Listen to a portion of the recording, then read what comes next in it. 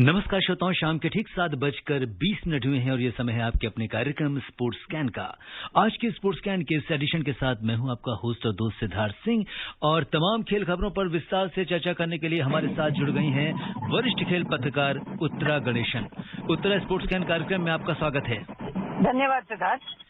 और सबसे पहले बात करते हैं, प्रधानमंत्री नरेंद्र मोदी ने आज वीडियो कॉन्फ्रेंस के माध्यम से बर्मिंघम में राष्ट्रमंडल खेल 2022 में भाग लेने वाले भारतीय दल के खिलाड़ियों के साथ संवाद किया। संवाद में दल के कोच भी शामिल हुए। श्री मोदी ने भारतीय दल को श्रेष्ठतम प्रदर्शन करने की शुभकामनाएं दी।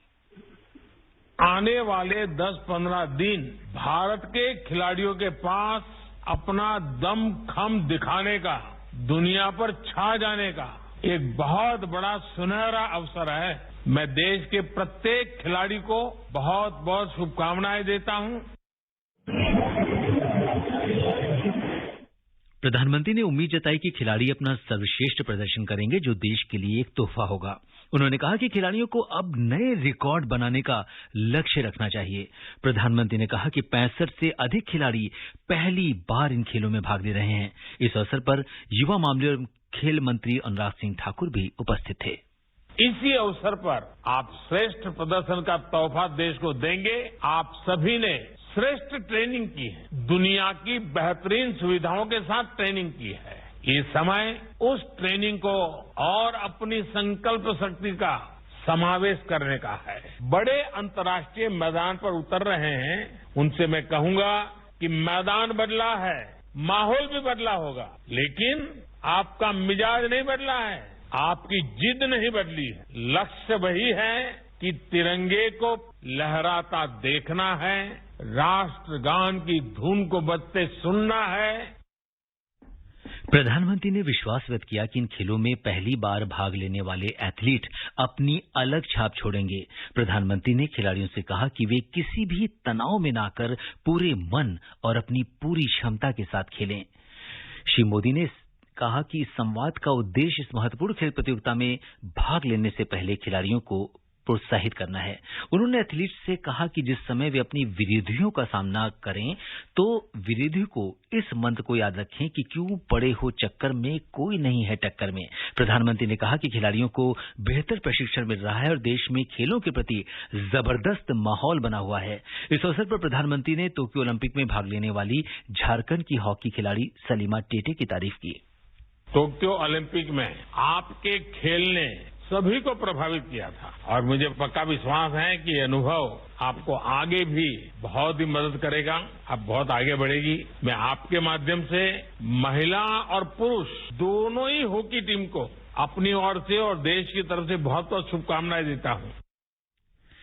उत्तरा, अगर हम देखें तो जिस तरीके से प्रधानमंत्री जी ने खिलाड़ियों का उत्साहवर्धन किया है और हमेशा से भी जब भी हमारे खिलाड़ी चाहे वो मेडल जीतें या ना जीतें, लेकिन वो उनके साथ उनकी सफलता में उनके लिए एक रोल मॉडल की तरह उनके साथ खड़े होते हैं, उनका मार्गदर्शन करते हैं। और उत्तरा, जिस तरीके से प्रधानमंत्री जी ने आज ये पूरा संबोधन किया है और उन्होंने खिलाड़ियों का जो बातें बताई हैं कि किस तरीके से हमें उनके साथ आगे हमको प्रदर्शन करना है। और यहाँ पे उत्तरा से बात करने के पहले ये हरियाणा की पैरा एथलीट शर्मिला ने देश के लिए खेलने के लिए सभी बाधाओं को दूर करने के अपने दृढ़ संकल्प की कहानी सुनाई। वासी के लिए एक रोल मॉडल है। आपने साबित कर दिया कि अगर जीतने का जज्बा हो तो कोई भी लक्ष्य असंभव नहीं है। हर चुनौती आपके हौसले के आगे हार जाती। आपका समर्पण पूरे देश को प्रेरित करता है। श्री मोदी ने उनके खेल की भावना और दृढ़ इरादे की सराहना की। केरल की बैडमिंटन खिलाड़ी ट्रीसा जॉली ने बताया कि कैसे उनके पिता ने उन्हें खेल के लिए प्रेरित किया। My father motivated me to play the sport as volleyball and football is more popular in my hometown, but badminton is more convenient to play in that age, at the age of 5. It is good bond with Gayatri. It's create a good combination when we are playing on court. I feel it's very important to keep good bond with our partners. पश्चिम बंगाल की अंचिता शूली ने प्रधानमंत्री को बताया कि कैसे वो शांत रहती हैं और योग का अभ्यास कर भारोत्तोलन प्रशिक्षण के लिए ताकत जुटाती हैं। अविनाश साबले ने इस बात का उल्लेख किया कि कैसे सेना ने स्टीपल चेज के प्रशिक्षण में उनकी मदद की है। जो आर्मी की डिसिप्लिन है और जहां मैं इतना कठिन जगह पे रहा तो मुझे काफी फायदा हो रहा है। आर्मी की जो ट्रेनिंग उसमें भी हमें बहुत सारे ऑब्स्टिकल के बीच में से जाना पड़ता है। मैंने आर्मी के बाद मुझे स्टीपल चेस इवेंट में बहुत ज्यादा आसान लग रहा है। जी हाँ, अगर हम देखें तो हमारी टीम जो है वो राष्ट्रमंडल खेलों में जाने के लिए एकदम तैयार है और जाने से पहले जिस तरीके से इन खेलों के ठीक पहले प्रधानमंत्री जी ने इन खिलाड़ियों का उत्साहवर्धन किया है, उनका मार्गदर्शन किया है। आप कैसे देखती हैं जब देश का मुखिया जो है डायरेक्ट रूबरू होता है खिलाड़ियों से और उनकी छोटी छोटी सी, अगर हम पूरे कन्वर्सेशन में अगर हम देखें प्रधानमंत्री जी के, तो बड़ी छोटी छोटी बातों का बारीकी से उन्होंने उल्लेख किया और ऐसा लगता है कि जैसे उन्हें पता है कि इन लोगों के मन में क्या है, या किसी भी खिलाड़ी को जब वो कोई इवेंट जीतता है या इवेंट हार जाता है तो किस तरीके से उसको हैंडल करना चाहिए। देखिए, ये पहली बार नहीं है, बल्कि जब से ये सरकार आई है हमने ये लगातार देखा है कि चाहे कोई बड़ा टूर्नामेंट हो, किसी भी खेल का हो, वो इससे पहले क्रिकेट को बहुत महत्व मिलता था, लेकिन किसी भी खेल का हो, अगर हम इस सरकार में देखें तो उनके जाने से पहले, उनके आने के बाद जिस तरह से प्रधानमंत्री के साथ मुलाकात होती है, जिस तरह से वो खिलाड़ियों से मिलते हैं या बात करते हैं, किसी भी खिलाड़ी के लिए ये एक बहुत बड़ी चीज होती है। नॉर्मली हम लोग ये कहते हैं कि इससे फायदा क्या होता है, तो हर फायदा या नुकसान जो होता है वो पैसे में नहीं तोला जा सकता है। जब आपके देश का प्रधानमंत्री आपसे सीधे बात करता है, और सिर्फ तब नहीं जब आप कोई टाइटल जीत के आ रहे हो, जब आप नहीं जीत के आते हैं तब भी आपसे वो मुलाकात करते हैं, आपका उत्साह बढ़ाते हैं, आपको प्रोत्साहित करते हैं, तो एक खिलाड़ी को अंदर से बहुत एक ऐसी फीलिंग आती है कि वो इस देश के लिए खेलने जा रहा है और उसकी कोई वैल्यू है, उसको इस देश में किसी तरह की इज्जत मिलती है। ये एक बहुत जरूरी चीज होती है किसी भी खिलाड़ी के लिए, क्योंकि ये गलती बहुत से लोग करते हैं। उन्हें लगता है कि यार प्रधानमंत्री ने बात कर लिया तो क्या हो गया। ये हम लोगों को लगता है, या जो बाहर से देख रहे हैं, उन खिलाड़ियों से अगर पूछा जाए कि प्रधानमंत्री ने बात किया तो आपको कैसा लगा, आपको आने वाले टूर्नामेंट्स के लिए या कॉम्पिटिशन्स के लिए जिस तरह का एनकरेजमेंट मिलता है, वो मुझे नहीं लगता इससे पहले कभी किसी सरकार में इस तरह से हुआ होगा।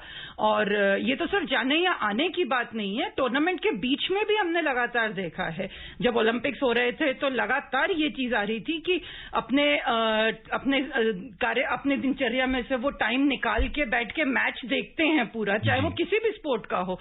उन्होंने हॉकी के मैचेस देखे, उन्होंने एथलेटिक्स देखा था, उन्होंने बैडमिंटन देखा था, और उसके बाद इमीडिएटली बाद वो बात भी करते हैं खिलाड़ियों से वहीं ग्राउंड पे।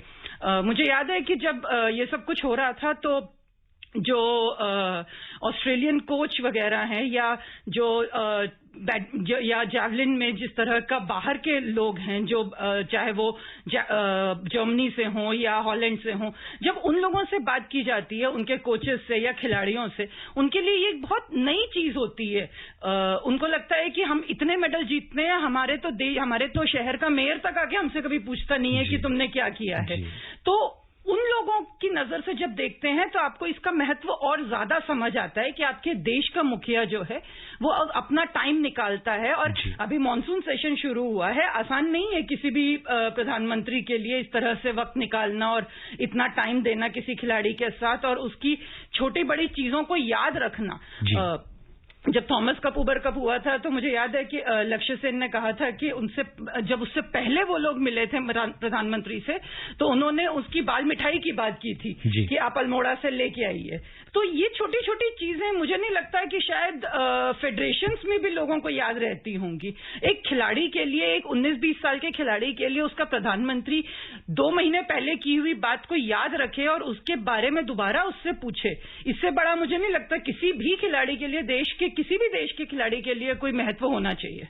बिल्कुल। और अगर हम देखें तो इन दिनों खिलाड़ियों के लिए जितनी भी, ना सिर्फ हमारे प्रधानमंत्री उनसे बात करते हैं, एक उनका उत्साह वर्धन करते हैं, लेकिन जितनी भी अगर हम खेल सुविधाओं की बात करें, जो इंफ्रास्ट्रक्चर चाहिए, जिस तरह की ट्रेनिंग्स चाहिए, और सबसे बड़ी बात अगर आप देखें तो इन दिनों जो खेल बजट है उसमें लगभग 3 गुना तक बढ़ोतरी की गई है, ताकि सभी खिलाड़ियों को जो भी सुविधाएं मिलनी है और उसके बाद उनको फ्री हैंड दिया गया है और उनकी चॉइस का कोच मतलब चुनने की उनको ये दिया गया है, और जहां पे वो ट्रेनिंग ले सकते हैं वर्ल्ड बेस्ट इंस्टीट्यूट में या वर्ल्ड बेस्ट कोच के साथ वो ट्रेनिंग ले सकते हैं। तो इस तरह की जब सरकार और आपके साथ होती है, आपकी हर एक बात सुनी जाती है, तो कहीं न कहीं इसके जो रिजल्ट्स हैं वो मेडल्स के फॉर्म में हमें दिखाई देते हैं। बिल्कुल। अगर किसी खिलाड़ी को सिर्फ अपनी ट्रेनिंग पे ध्यान देना हो, किसी और चीज के बारे में ना सोचना हो, तो उससे अच्छा उसके लिए मेंटली प्रिपेयर होने के लिए उससे अच्छी कोई चीज हो नहीं सकती है। और अभी तो पहले जो फॉरेन कोचेस या ट्रेनर्स या जो भी फॉरेन एक्सपर्ट्स आते थे उनके साथ ट्राइपार्टाइट साइनिंग होती थी, जिसमें साई इन्वॉल्व होती थी। अब तो इन्होंने ये भी कर दिया है कि फेडरेशंस डायरेक्टली कर सकते हैं और फिर क्लेम कर सकते हैं। तो आपने बीच में से जो ब्यूरोक्रेसी वाली चीज होती है वो भी एक तरह से हटा दी है कि रेड टिपिज्म ना रहे, सीधा फेडरेशन और एक्सपर्ट के बीच में तालमेल रहे। तो इन सब चीजों से खिलाड़ी, हमें लगता है कि बहुत छोटी छोटी चीजें हैं, लेकिन लोग ये भूल जाते हैं कि हमारे खिलाड़ियों की जरूरतें भी छोटी छोटी ही होती हैं और उन्हीं की वजह से चीजों में फर्क भी आता है। जब आप टॉप लेवल पे जाते हैं तो वो छोटी छोटी चीजें ही आपके जीतने और हारने के बीच का फर्क बनती हैं। अगर आप अपनी वीजा के लिए या एकोमोडेशन के लिए या अपने पैसों के लिए या अपनी किट के लिए भागते रहेंगे तो खिलाड़ी प्रिपेयर नहीं कर पाएगा। जब ये सारी चीजें, और इन सारी चीजों में फायदा इसलिए भी होता है क्योंकि जब ऑफिशियल्स को सबको ये पता होता है कि सीधे सीधे प्रधानमंत्री इस पे नजर रख रहे हैं, तो आपको ये हमेशा लगता है कि इसमें अगर गड़बड़ हुई तो सीधा ऊपर जाएगी बात और उसके बाद फिर कोई ना कोई एक्शन जरूर लिया जाएगा। इन सब चीजों से खिलाड़ियों को जो सबसे बड़ा फायदा ये हुआ है कि आज के तारीख में वो ये नहीं कह सकते कि हमें खेलने के अलावा और बहुत सारी चीजों पे ध्यान देना पड़ रहा है। तो जब आप सिर्फ खेल पे ध्यान देंगे तो रिजल्ट फिर उस हिसाब से आएंगे।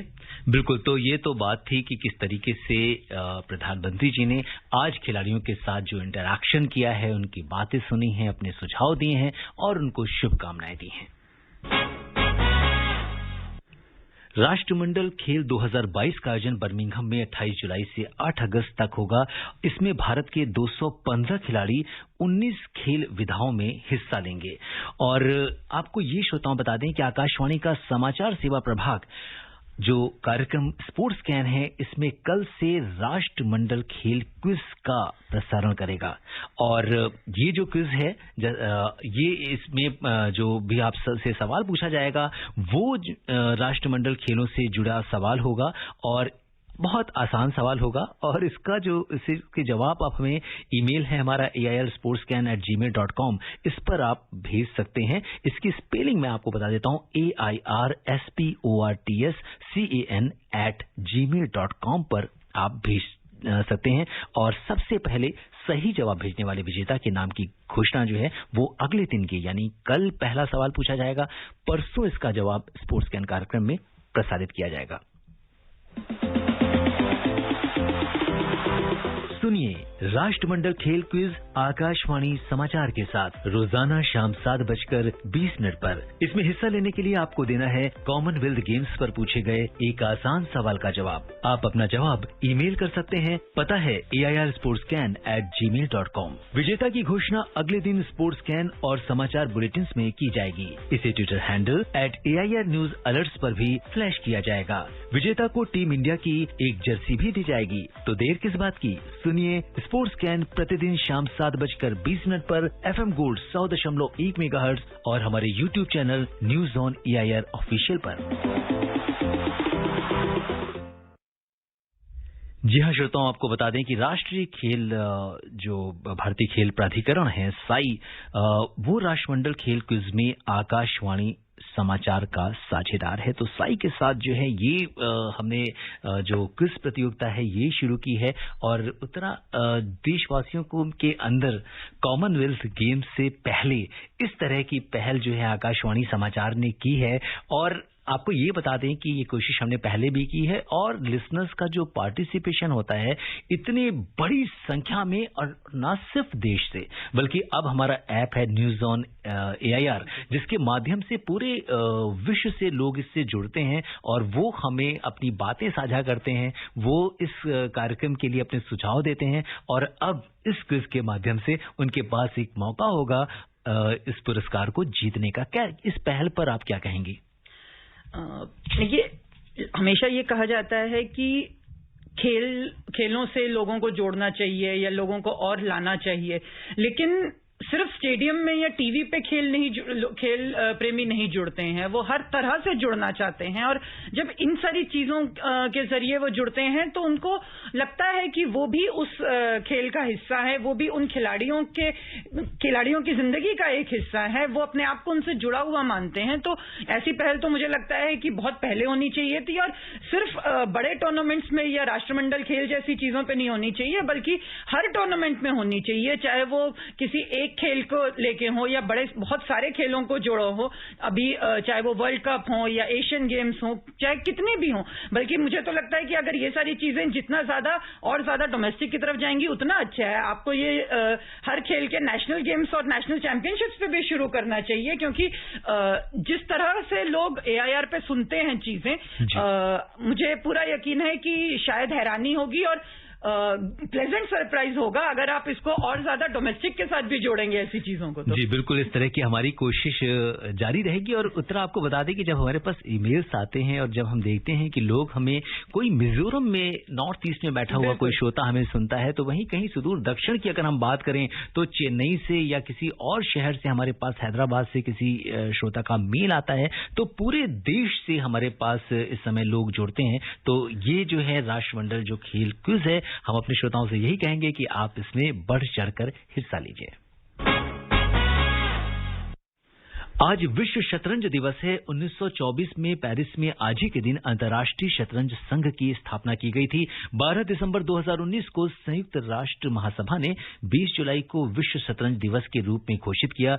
दुनिया भर में शतरंज प्रेमी हर साल इस दिन अपने इस पसंदीदा खेल का जश्न मनाते हैं। और उतना हमारे लिए ये वाला जो साल है वो शतरंज के लिए काफी स्पेशल होने वाला होगा, क्योंकि आप हमारा इशारा समझ गई होंगी कि हम इस समय शतरंज ओलंपियाड की बात कर रहे हैं, जो 28 जुलाई से 10 अगस्त के बीच होने वाला है। और जिस शानदार तरीके से इसका आगाज हुआ है, पीएम ने खुद उसकी मशाल को लिया है और उसको जिस तरह से 75 शहरों में ये घूमी है, क्या कुछ कहेंगे, क्या लगता है आपको? ये मुझे नहीं लगता है कि किसी एक खेल के एक टूर्नामेंट को लेके इस तरह से पूरा टॉर्च रिले दुनिया में कभी कहीं हुआ होगा। तो अच्छी चीज है। हालांकि चेस में लगातार भारत में लोगों की रुचि बढ़ती जा रही है। प्रोफेशनल चेस में खेल शौकिया तौर पे तो खैर चेस सदियों से खेला जा रहा है और प्रोफेशनली भी खेलने की अब उसमें लोगों की रुचि बढ़ रही है। जिस तरह से हम 12, 13 और 15 साल के लोगों को GM बनते हुए देख रहे हैं, तो अच्छा है। और जिस तरह से छोटे छोटे शहरों में जा रहे हैं, मुझे लगता है उससे और ज्यादा खेल फैलेगा, क्योंकि जब तक चीजें मेट्रोपॉलिटन सिटीज में रहेंगी तब तक आप कभी भी उसको एक पूरे देश का खेल नहीं बना सकते, जब तक वो छोटे शहरों में नहीं जाएंगे। बिल्कुल। तो निश्चित तौर पर आज विश्व शतरंज दिवस के दिन एक भारत के लिए एक बड़ा संकल्प का दिन है, क्योंकि इतनी बड़ी प्रतियोगिता हमारे देश में आयोजित की जा रही है और निश्चित तौर पर जो बडिंग प्लेयर्स हैं उनको इससे जरूर प्रेरणा मिलेगी। बिल्कुल। और जिस तरह से चीजें प्लान की गई हैं, खासकर कि चेन्नई में, महाबलीपुरम में, मुझे लगता है कि जिस तरह की वहां पे भीड़ आने की उम्मीद है, शायद उससे बहुत ज्यादा लोग आएंगे देखने के लिए। बिल्कुल। ताइपे ओपन बैडमिंटन टूर्नामेंट में पारुपल्ली कश्यप, किरण जॉर्ज, मिथुन मंजुनाथ और प्रियांशु राजावत ने दूसरे दौर में प्रवेश कर लिया है। महिला सिंगल्स में सामिया इमाद फारूकी ने मलेशिया की किसोना सिल्वा दुरै को हराकर अगले दौर में प्रवेश किया। स्मिथ तोशनीवाला और मालविका बंसूड़ भी अपने अपने मैच हार गईं। पुरुष डबल्स में कृष्ण प्रसाद और विष्णुवर्धन तथा PS रवि कृष्ण और शंकर प्रसाद उदय कुमार की भारतीय जोड़ियों को हार का सामना करना पड़ा। इससे पहले भारत की मिक्स डबल्स में तनिषा क्रास्टो और ईशान भटनागर ने प्री क्वार्टर फाइनल में प्रवेश किया। और श्रोताओं, अब समय अनुमति नहीं दे रहा कि हम कुछ और खेल खबरों पर चर्चा करें। उत्तरा, आप हमारे स्टूडियो में तमाम खेल खबरों पर हमसे विस्तार से चर्चा करने के लिए आपका बहुत बहुत धन्यवाद और आभार। धन्यवाद। श्रोताओं, स्पोर्ट्स कैन में आज के लिए बस इतना है। अगर आप इस कार्यक्रम को दोबारा सुनना चाहते हैं तो लॉग ऑन कर सकते हैं हमारी वेबसाइट newsonair.nhc.in पर। कल शाम 7:20 पर दोबारा मुलाकात के वादे के साथ इजाजत दीजिए अपने होस्ट और दोस्त सिद्धार्थ सिंह को। तब तक के लिए नमस्कार, शुभ रात्रि।